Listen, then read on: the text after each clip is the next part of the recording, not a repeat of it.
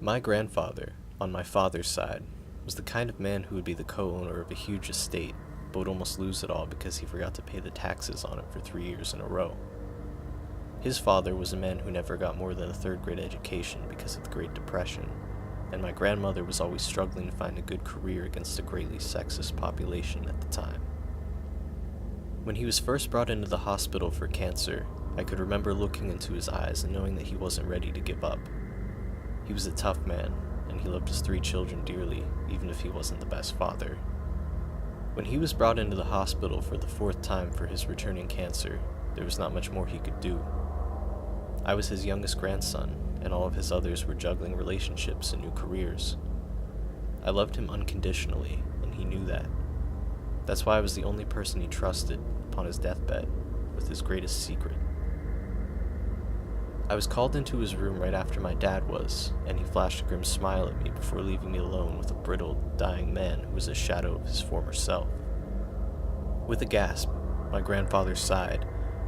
"Your father is a good man, but he is way too emotional for his own good.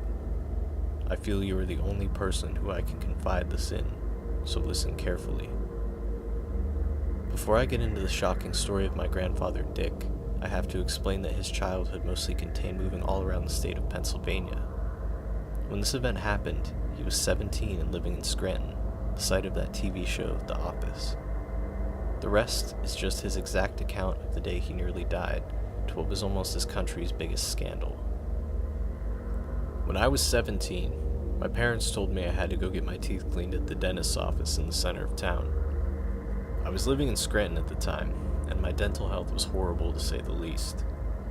My father had long since gotten dentures, and I think he wanted me to have a better life since I didn't have to go through the depression. I guess for him, that started with the tooth cleaning. I made my way down to the dentist's office, which was marvelous compared to the rickety old shack we had in Erie.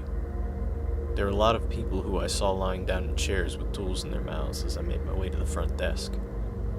My mother had called ahead and made an appointment, so I was able to see the doctor immediately. I remember stepping into the chair like it was yesterday. That day could have easily been my last, so help me God. The doctor looked through my mouth and told me I would need something called a root canal, or something along those lines. We didn't have much money in Scranton, and Dad was working on a factory line, so the doctor could see my face fall in disappointment. Our family hadn't even heard of insurance in those days. When the doctor told me I could get the operation with a new kind of numbing shot free of charge, I didn't know what to think at first. He could see the skepticism on my face and told me it was completely approved by the government, being tested all over the country. The doctor, a skinny, official-looking man with a healthy mustache, assured me that it was completely safe and that I would be fine. I shouldn't have listened to that goddamn quack.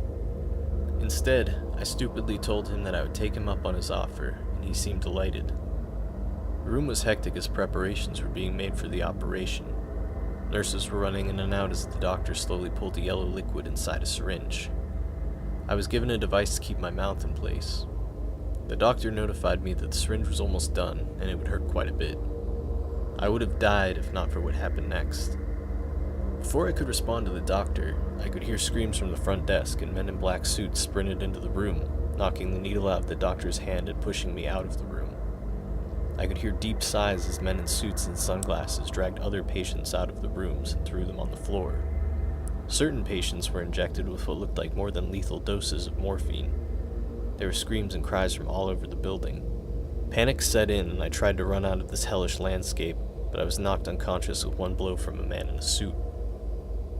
I woke up in a chair, heavily restrained and seated across from what looked like a politician. He calmly but firmly said, "We saved your life. The paper in front of you is a silence agreement with the United States government. All we need from you is your signature." Whatever this guy's motive was, my signature was definitely more needed than desired, and I could tell from the muscular men around me that it could be beaten out of me if need be. I quickly scanned over the document and saw things like absolute silence and tragedy, and worst of all, punishable by death. My restraints were loose enough that I could get the pen the man was handing me and sign the agreement. I was quickly brought out of the room and escorted from the building back to the city of Scranton by an unmarked car. Soon after, there was a piece in the local paper about many mysterious deaths happening in small towns all around the state, especially Scranton.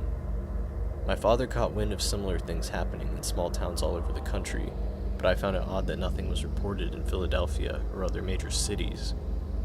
I realized a few days later that our government knew this new anesthesia was probably unsafe and only tested it on small cities to avoid a larger scandal. I never trusted the government from that goddamn day on, and I thank the Lord they didn't ship me over to Japan, or who knows what would have happened to me. You listen to me now, boy. I don't think you should trust our government.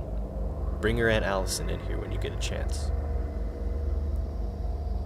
I sat there, dumbfounded by what I had just heard.